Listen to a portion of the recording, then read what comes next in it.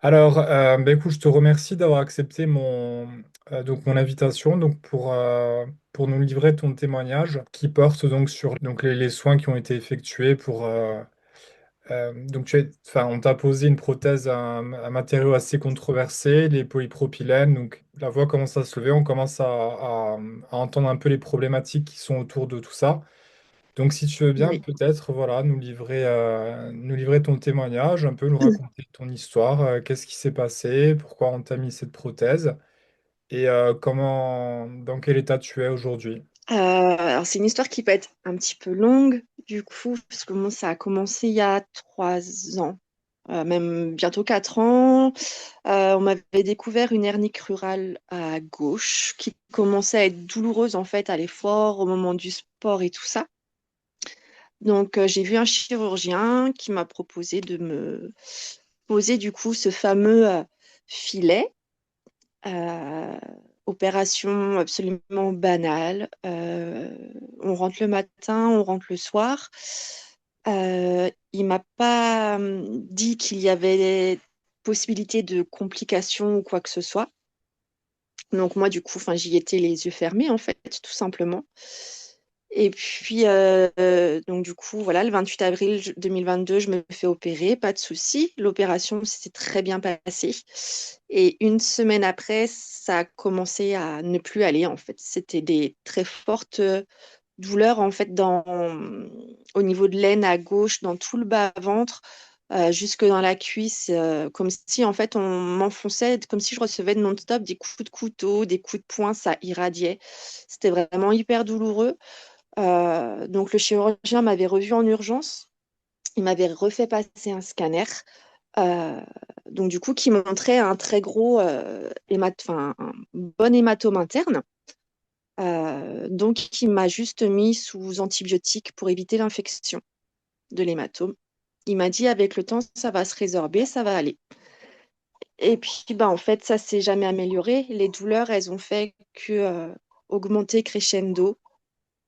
J'avais du mal à marcher, à tenir assise. Je vomissais beaucoup, j'avais perdu beaucoup de poids, je dormais plus la nuit, j'étais devenue l'ombre de moi-même en fait, clairement.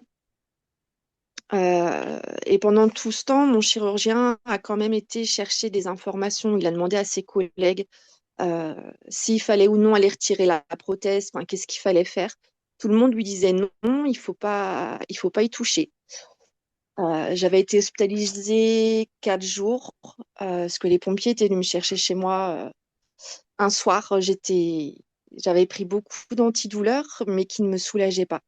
Donc j'avais été hospitalisée 4 jours. Je suis ressortie, on m'avait dit d'attendre euh, jusqu'à ce que je sois réhospitalisée une semaine au mois de juillet. Donc manque de bol pour moi en plus. J'avais le Covid, c'était la grosse canicule, enfermée dans une chambre sans pouvoir sortir, sans voir personne. Ça a été très compliqué. Et donc de là, suite à ça, il a commencé à aller chercher d'autres avis, donc dans un autre hôpital. Et le chirurgien que j'ai vu a dit qu'il là, il n'y avait pas le choix, il fallait aller retirer la prothèse. Donc ils se sont mis à deux pour m'opérer, pour aller la retirer. Ce que, bon, c'était pas non plus, ils savent les poser, hein, mais Mm. j'étais un cas intéressant. Donc ils me l'ont retiré le 18 octobre 2. Et donc après, suite à ça, au réveil, j'ai vu le chirurgien qui est venu me voir du coup dans la chambre me demandant comment ça allait, est-ce que j'avais encore mal. Et en fait, en me concentrant, je me suis rendu compte que j'avais plus du tout la douleur Ok. d'avant que j'avais avant la chirurgie, tout simplement. Là, j'avais d'autres douleurs parce que bon, on m'avait fait ce qu'ils appellent une mini laparotomie, donc ils m'avaient ouvert du bas du nombril jusqu'en bas. Donc je sentais cette cicatrice-là, mais j'avais plus du tout les douleurs. Donc j'étais vraiment super contente et c'est ce que je lui ai dit. Et il m'a dit de là que ma douleur n'était pas psychologique parce que la plaque s'était rétractée. Et en fait, elle avait fait des bourrelets, ce qui expliquait du coup ma douleur. Malgré le fait qu'au scanner, échographie, radio, tout ça, il voyait rien. Il disait que tout allait bien. Et en fait, c'est qu'en ayant vulgairement les mains dedans qu'ils ont vu le problème. Ok. Donc j'étais très très contente.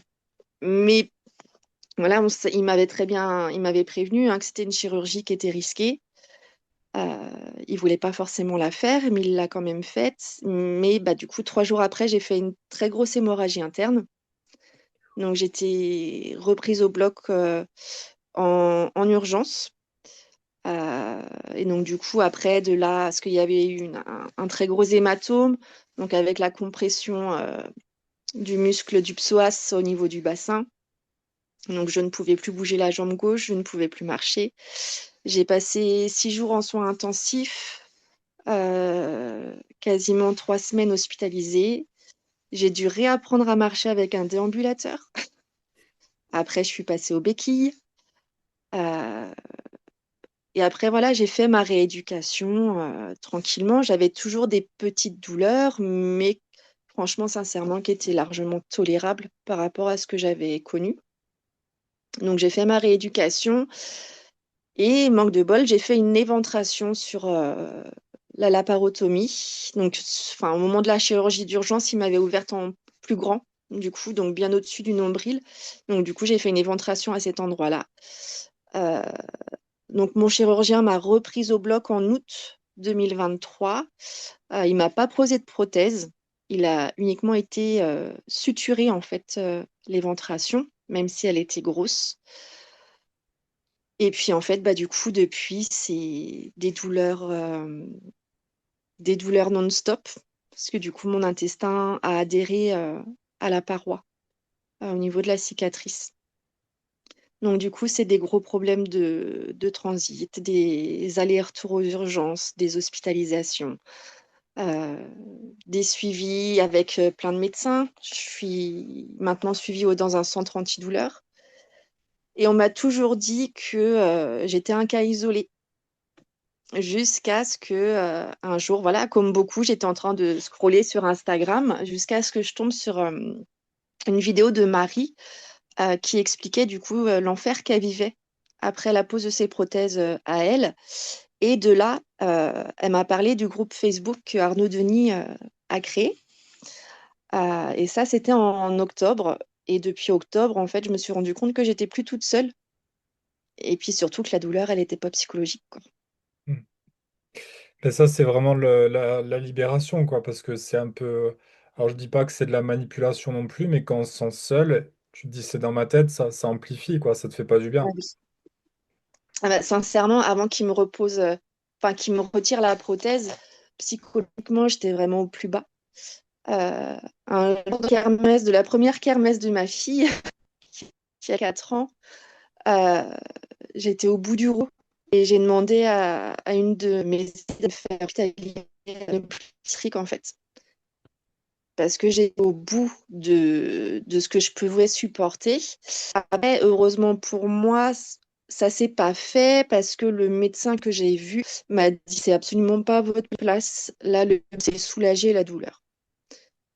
Donc voilà, et après voilà, j'ai été suivie par une thérapeute et tout ça. Mais s'entendre dire que la douleur n'est pas psychologique et qu'il y a d'autres personnes qui sont concernées et vraiment beaucoup plus que ce qu'on pense. Sincèrement, ça fait un bien fou. Hmm. C'est clair, c'est clair.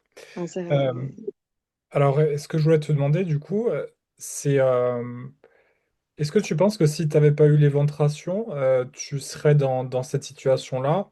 Pour le dire autrement, est-ce que le fait d'avoir enlevé le matériau, tu penses que ben, tu t'en serais sorti indemne en fin de compte ou pas forcément? non. Ok. Que même si en soi, moi, je l'ai gardé que 6 mois.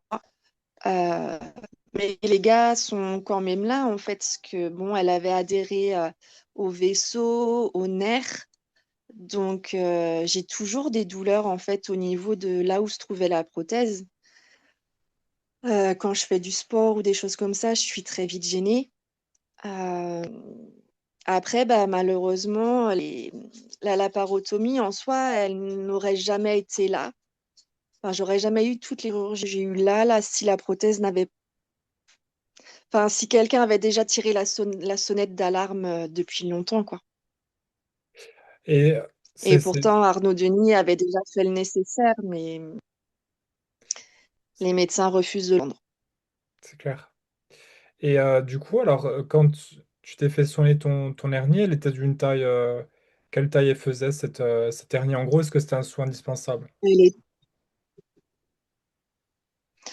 C'est qu'elle commençait à être douloureuse et qu'elle sortait de plus en plus à l'effort, mais en soi, elle n'était pas si grosse que ça parce qu'il me semble qu'elle faisait, quand j'avais fait mon échographie, elle faisait à peu près 2 centimètres.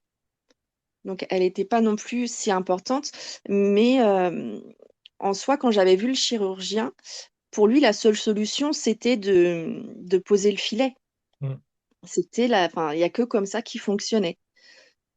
Donc bah moi, bête et disciplinée, en fait, bah j'ai pas cherché plus loin, j'ai fait confiance et puis j'y ai été quoi. Parce que je me suis dit bah comme ça j'aurais plus mal et puis je pourrais reprendre ma vie. Voilà. Ben, je sais pas si on te l'a présenté comme ça, mais moi, avant l'opération, eh bien, on m'avait dit, bon, c'est une opération tout à fait banale. Je dis, bon, ben, d'accord, quels sont les effets secondaires? Oh, ben, vous savez, rien, un peu douloureux pendant un mois. Voilà, juste une petite incision autour du nombril. Moi, c'était ombilical. Et puis, dans un mois, vous reprenez le sport.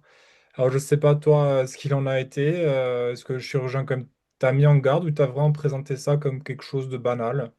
Bon. Quelque chose de banal, il m'avait bien dit ne pas porter de poids pendant 3 mois. Et après la visite post-chirurgicale, voilà, c'est lui qui donnait le feu vert si, s'il était possible ou pas de reprendre le sport. Enfin, Mm. moi, j'ai suivi les conseils. Je suis dans le médical, donc en fait, j'ai fait confiance et je fais confiance à mon chirurgien, en fait, parce qu'il n'y a que lui qui accepte de suivre mon dossier. Mais, mais pour moi, il y a des grosses lacunes, en fait, au niveau de l'information des patients, Et, information des risques. hmm. Et donc là, tu dirais, alors là, quels sont tes moyens alors de t'en sortir? Alors d'une part, alors tu faisais du sport, tu m'as dit, et là Oui. bah, tu étais sportive. Là, est-ce que tu peux faire des activités? Comment ta vie est impactée à tous les niveaux, hein, que ce soit au niveau social, ta vie familiale, je veux dire. Euh, Elle est quand même fortement impactée. En fait, c'est que je vis au rythme des crises que mon corps me fait subir. Euh, En retraçant du coup tout mon parcours médical pour l'action collective, j'ai repris tous mes comptes rendus et tout, et en faisant le point, je me suis dit en l'espace de 3 ans, c'était plus d'une vingtaine de passages aux urgences euh, et plus de 5 hospitalisations. Hmm, Euh, c'est ça, je travaille à temps plein, mais j'ai énormément de mal en fait. Là, actuellement, pour le moment, je suis en arrêt parce que j'étais enfin, à bout de force, clairement, et trop de douleur. C'est les nuits où on peut pas dormir, où on dort très peu parce que la douleur, elle est là. C'est tous les antidouleurs qu'il faut prendre, euh, tout en sachant que les antidouleurs, bah, c'est bien beau, mais bah, plus ça va, plus on monte en fait en, en dose. en termes voilà, en dosage. Et bah là, mon foie commence déjà à prendre. Hmm, Donc, du coup, maintenant, on me demande de lever le pied sur les antidouleurs. C'est des suivis, en fait, après au centre antidouleur avec des essais de médicaments, euh, des patchs de Qutenza. Enfin, voilà, moi, je suis prête à essayer des choses, en fait, mais parfois, j'ai l'impression d'être un rat de laboratoire. hmm, Euh, Après la vie quotidienne, j'ai envie de te dire que bah, je peux plus faire plus de 2 heures en voiture parce que je ne supporte plus la position assise. Euh, les longs repas qu'on peut avoir entre amis ou en famille, pour moi, ça peut très vite devenir un calvaire, clairement. Je compte plus le nombre de soirées hein, où j'ai dû partir parce que je ne pouvais plus. C'est des enfants, en fait, mes enfants sont habitués à m'entendre dire non, laisse-moi tranquille, laisse-moi me reposer. Maman, elle est fatiguée, maman, elle peut pas faire ça. Euh, Mon mari est très présent, donc là-dessus, j'ai beaucoup de chance. Mais en fait, il n'y a pas que nous, en tant que patients, qui sommes concernés. En fait, c'est aussi tout l'entourage qu'il y a derrière. hmm, hmm. Et le fait de s'entendre dire, mais Il faut, enfin, fonce dans le tas, vas-y. Tu peux pas être aussi fatigué alors que tu es jeune. Tes douleurs, elles sont pas réelles, c'est psychologique. Va voir une psy. Enfin, le nombre de choses que j'ai pu entendre et que je continue encore d'entendre, c'est le manque de reconnaissance Mm. de la part de la famille qui font parfois que bah, on en arrive en fait à restreindre son cercle et familial et amical, Mm. clairement. Mm. En fait, ça rajoute une douleur à la douleur, quoi, le fait de te sentir invalidé. Ouais, Mm. c'est ça. Parce que la douleur en soi, elle ne se voit pas, mais elle se vit. C'est ça, c'est ça. C'est ce que je dis très régulièrement aux patients quand ils me disent, mais je suis pas chochotte et tout. Enfin, et comme je leur dis, enfin, votre douleur, elle est propre à vous-même, quoi. Je peux pas, j'ai pas le droit de la juger, donc, Mm. Parce que tu m'as dit, et malheureusement. tu travailles dans le corps médical toi-même, Oui, voilà, moi, je suis aide-soignante. aide-soignante, ok. Mm. Et donc là, donc tu ne continues plus de travailler, tu nous disais. Alors, si je continue de travailler, parce que bah, financièrement, j'ai pas le choix, en Ouais. fait. C'est ça en fait le fond du problème, c'est que je n'ai pas le choix.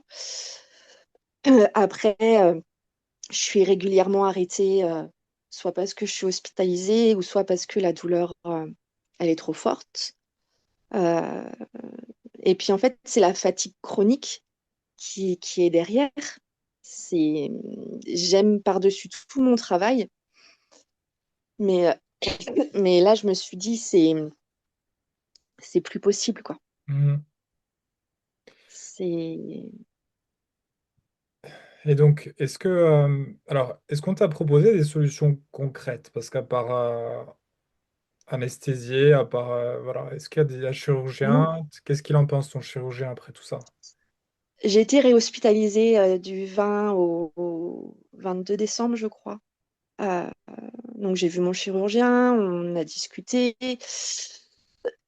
Et en soi, concrètement, il ne peut rien proposer de chirurgical parce que ça ferait davantage de dégâts et, entre guillemets, rien ne se voit au cliché, hormis le fait des adhérences qui ont été créées par toutes les chirurgies. Mais malgré tout ça, ni moi ni lui, on reviendrait en arrière.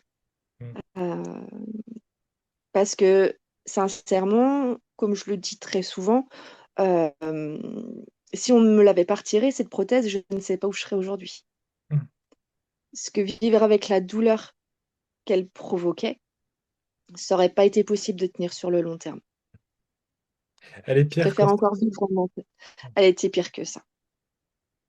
Parce qu'à ce moment-là, c'était vraiment une douleur qui était vraiment non-stop. Ok. Il n'y avait pas une seule minute de répit, en Ouais, fait. ouais. C'était du 24-24. Là, j'ai quand même des moments dans la journée où j'ai des moments plus calmes. Là, depuis que je suis en arrêt, enfin, voilà, la douleur de fond, entre guillemets, stagne. Après, ça n'empêche pas les grosses crises de douleur, mais j'arrive plus facilement à les gérer parce que je suis au calme. Mm. Mais on m'impose en fait de vivre une vie à 100 à l'heure parce que bah, tout le monde, malheureusement, tout le monde est dans le même bateau, hein. Il faut de l'argent pour pouvoir vivre. Et, mais mon corps, le matin, si déjà j'ai 20% de batterie quand je me lève, c'est déjà énorme. Mm. Est-ce que, euh, est-ce que tu as pu te faire reconnaître auprès de la MDPH, par exemple, un statut au vu de ton état de santé? Non? Pas encore. Là, je suis en plein du coup dans les dossiers. Parce que du coup, il faut, enfin, ça demande beaucoup de temps, en fait, le temps de recouper tous les dossiers médicaux et puis les attestations, en fait, de tous les médecins qui me suivent, de tous les spécialistes. Donc, ça demande beaucoup de temps, mais je compte le faire. Mais après, en soi, avoir la reconnaissance RQTH, c'est pas ce qui va m'apporter beaucoup. En soi, au niveau de mon travail, ça va juste m'apporter une journée, entre guillemets, de repos supplémentaire par an. Mm. Ouais. Il n'y a pas de compensation financière. C'est ce que je dis, en fait, je suis pas feignante. C'est pas que je ne veux pas, mais c'est que mon corps ne me le permet pas. C'est clair, c'est clair. C'est,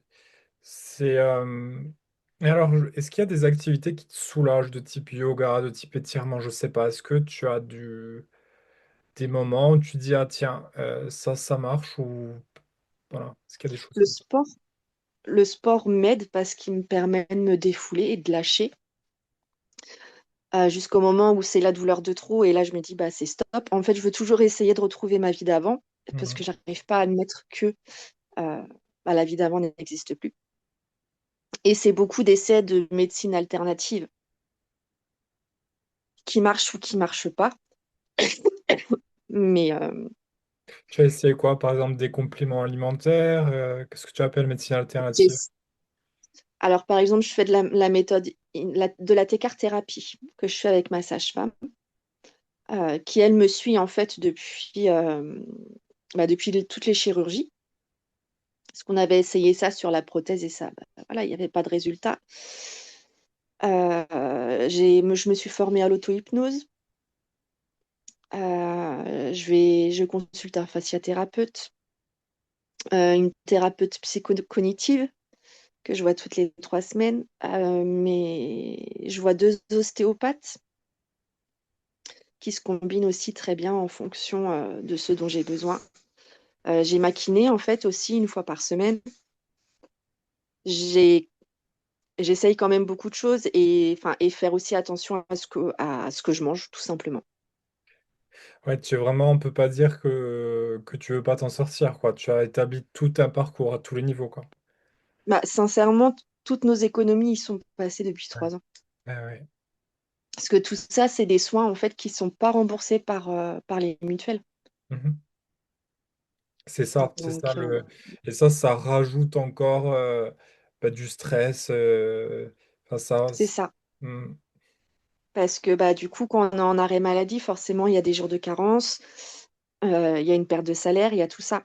Hmm.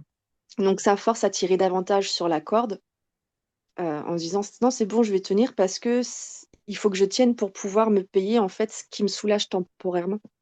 Ça. Et tout à l'heure, tu Après, il y en parlais, a pour qui ça ne soulagera pas, mais mais il faut essayer. j'essaye. Hmm. Parce que la thérapie, par exemple, c'est contre les adhérences, c'est ça? Contre les adhérences cicatricielles? Pas C'est pour forcément. traiter toutes les cicatrices. Ah, Ouais. Et c'est pour essayer en fait d'aller casser toutes les adhérences en profondeur. Bon, déjà, ça permet de rendre la cicatrice plus belle, mais en soi, moi, ouais. ça, c'est quelque chose dont j'en ai strictement rien à faire. Hmm. Parce que le côté esthétique, ça me passe au-dessus de la tête. Mais je sais que j'ai un bénéfice après de quelques jours, en fait. Quelques jours où les douleurs sont plus supportables après de l'avoir vu. Ah, Mais bah, tout ça, c'est pareil, c'est pas pris en enfin, une partie n'est pas prise en charge. Donc, ouais. Et, alors, ce que je voulais puisqu'on parle de frais, donc tu disais tout à l'heure, il y a une action de groupe, c'est ça qui a été enclenchée par c'est les ça. victimes. Oui, oui. Est-ce que tu peux nous en dire plus de cette action, si tu en fais partie? Alors du coup, c'est une personne du groupe Facebook qui avait pris Maître de Buisson pour la défendre, elle, dans son cas à elle.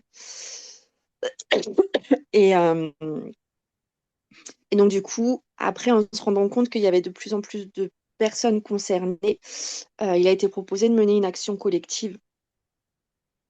Et donc, le nombre de personnes augmente sans arrêt tous les jours.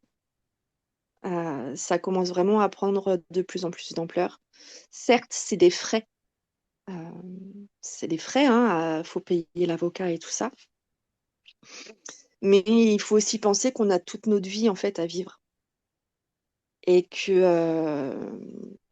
ça fait un gros budget, oui, mais en fait à côté de ça, on peut pas travailler. Pour certains ne peuvent plus travailler.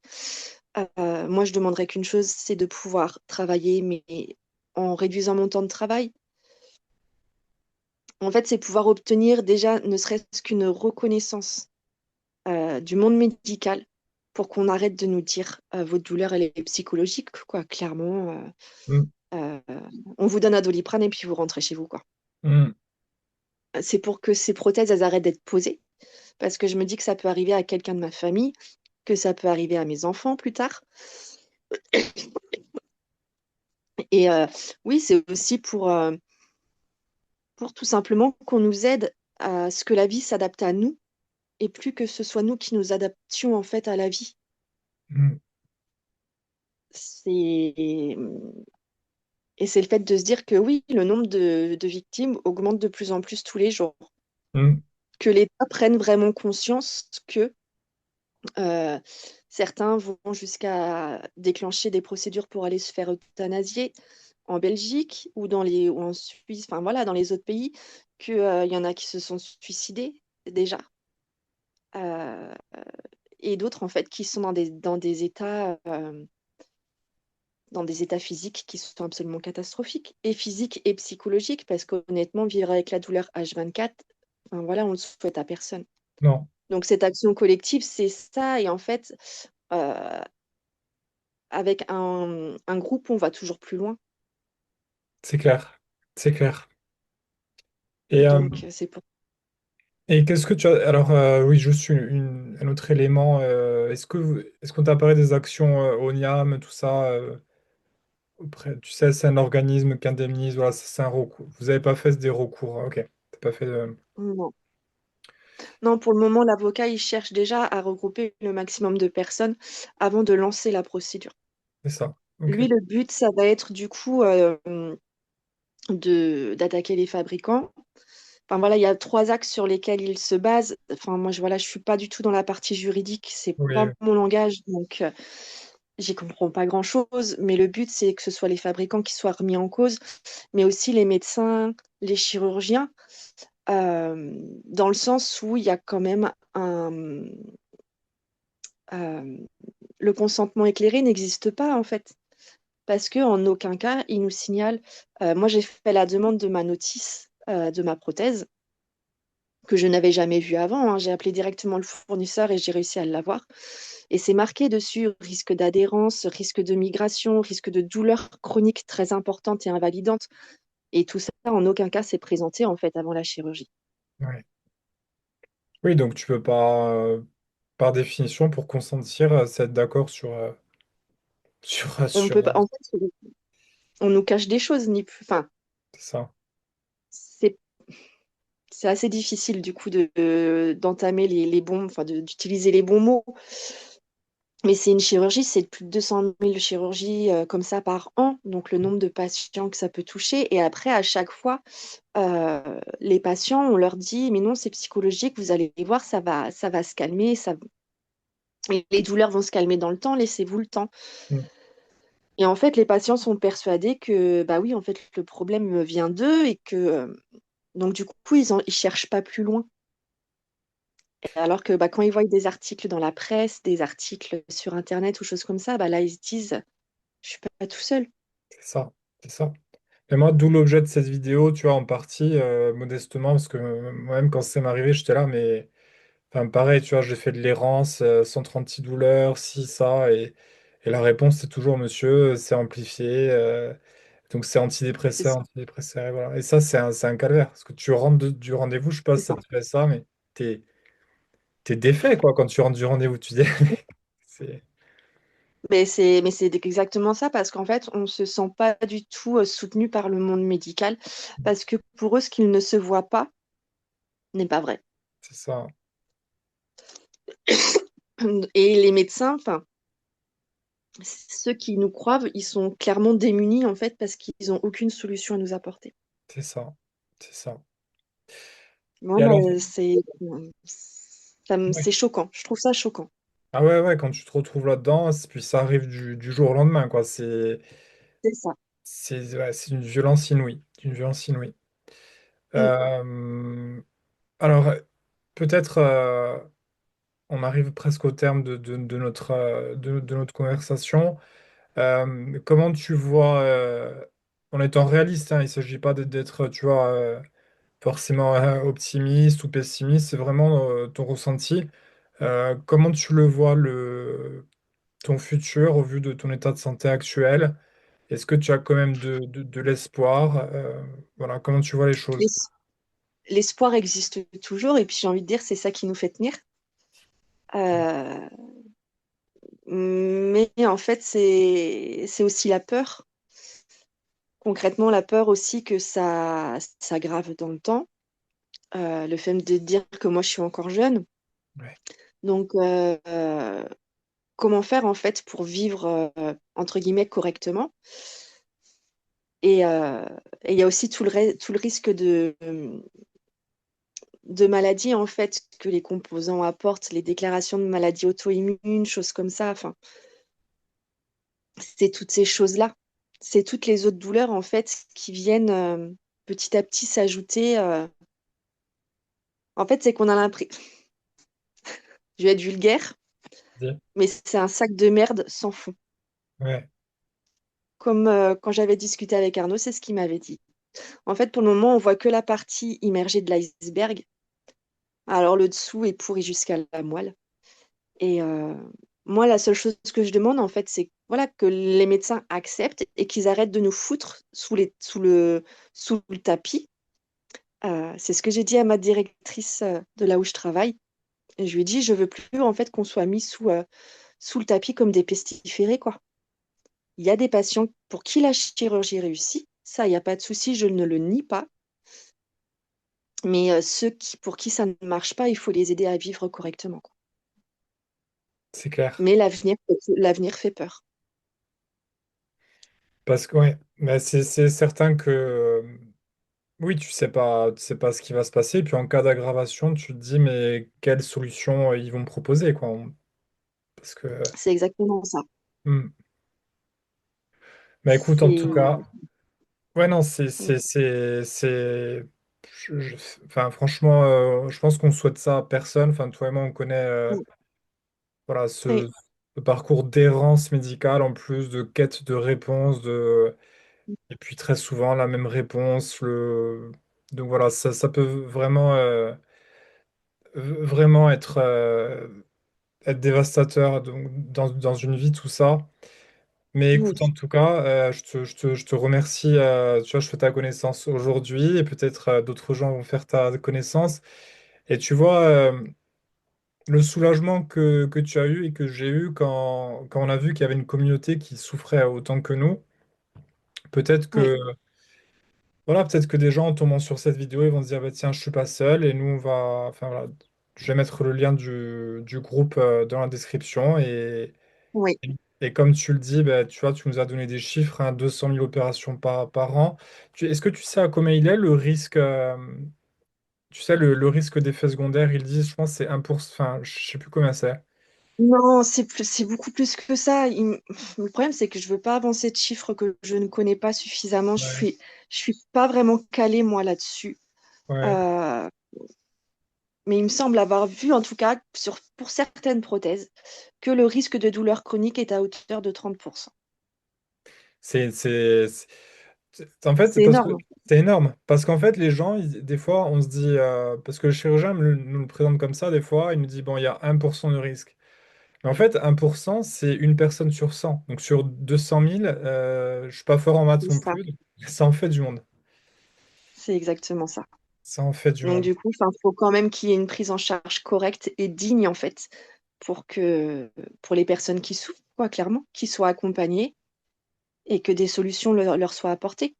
C'est ça. L'inconvénient, c'est qu'en France, enfin, très peu de chirurgiens acceptent de retirer les prothèses. Mhm. Moi, j'ai de la chance, la mienne a été retirée et je m'estime vraiment chanceuse par rapport à tous ceux qui l'ont encore et qui souffrent. Mhm. Mais comme tu dis, la première étape, je pense, c'est déjà la reconnaissance, se dire, voilà, Oui. c'est pas. Voilà. Et ça, ce sera déjà une énorme victoire, qu'on nous invalide pas, qu'on dise, voilà, c'est répertorié, voilà, tu vois, qu'on apporte un document. Typiquement de la Haute Autorité de la Santé ou la NSM, je sais pas si ça a déjà été fait d'ailleurs, hein, je connais pas trop. Bah, du coup, enfin, nous, on demande toujours, enfin, on conseille toujours aux gens qui ont des problèmes comme ça de commencer par faire une déclaration à l'ANSM, de manière à ce que Ils voient qu'il y a une augmentation en fait des problèmes liés aux prothèses parce que les prothèses sont déjà dans le collimateur. Hmm. Donc après, il y a des patients, alors je sais plus le terme patient test, je sais plus ce que c'est Je connais le pas non terme. plus. Des personnes qui sont sur le groupe et qui sont du coup des patients qui montrent que, comme quoi, oui, il y a bien des problèmes et qui sont présents pendant les échanges. Il y a quand même beaucoup de choses, mais c'est vrai qu'il faut vraiment avoir le nez non-stop dedans pour aller chercher en fait les renseignements. C'est Et ça. moi, pour le moment, enfin, sincèrement, je me sens vraiment, j'ai pas beaucoup de connaissances par rapport à certains Hmm. qui savent énormément de choses là-dessus. Oui, après, ce qui est bien, entre guillemets, dans ce long parcours, c'est qu'on apprend à devenir, ben, on se rend compte qu'il n'y a personne pour nous aider, donc il y a que nous, C'est et ça. voilà, hein. Faut qu'on se débrouille par nous-mêmes. C'est pas normal hein, d'être délaissé par un système aussi puissant. Le système français, bon, il est assez avancé. On se dit, il y a quand même des choses qui doivent être faites, mais bon, on est complètement délaissé et c'est Mais certain que c'est ça. exactement ça. On doit Hmm. apprendre à se débrouiller tout seul et par le groupe, on peut trouver des solutions, des conseils, beaucoup de choses qui font que ça aide quand même. C'est ça. Et Bah, par écoute, la suite, aider les autres. exactement, exactement. C'est ce que tu fais aujourd'hui grâce à ton témoignage. Et d'ailleurs, je te remercie d'avoir pris l'énergie. Je sais que c'est pas facile dans ces conditions, puis de revivre ça, d'en reparler. Je sais que c'est pas facile. Donc voilà, vraiment un grand merci à toi. Et voilà pour ceux qui nous ont écoutés. Donc n'hésitez pas à rejoindre donc le groupe. Et puis voilà, là on va faire une série. Je vais interviewer d'autres personnes également. Donc un grand Ah, en merci tout à cas, toi. merci beaucoup. Bah, merci à toi de m'avoir permis de le faire en tout Ouais. cas. Merci, merci Dorothée. Puis à bientôt. Nous, on se dit, voilà, on verra sur le groupe comment ça évolue.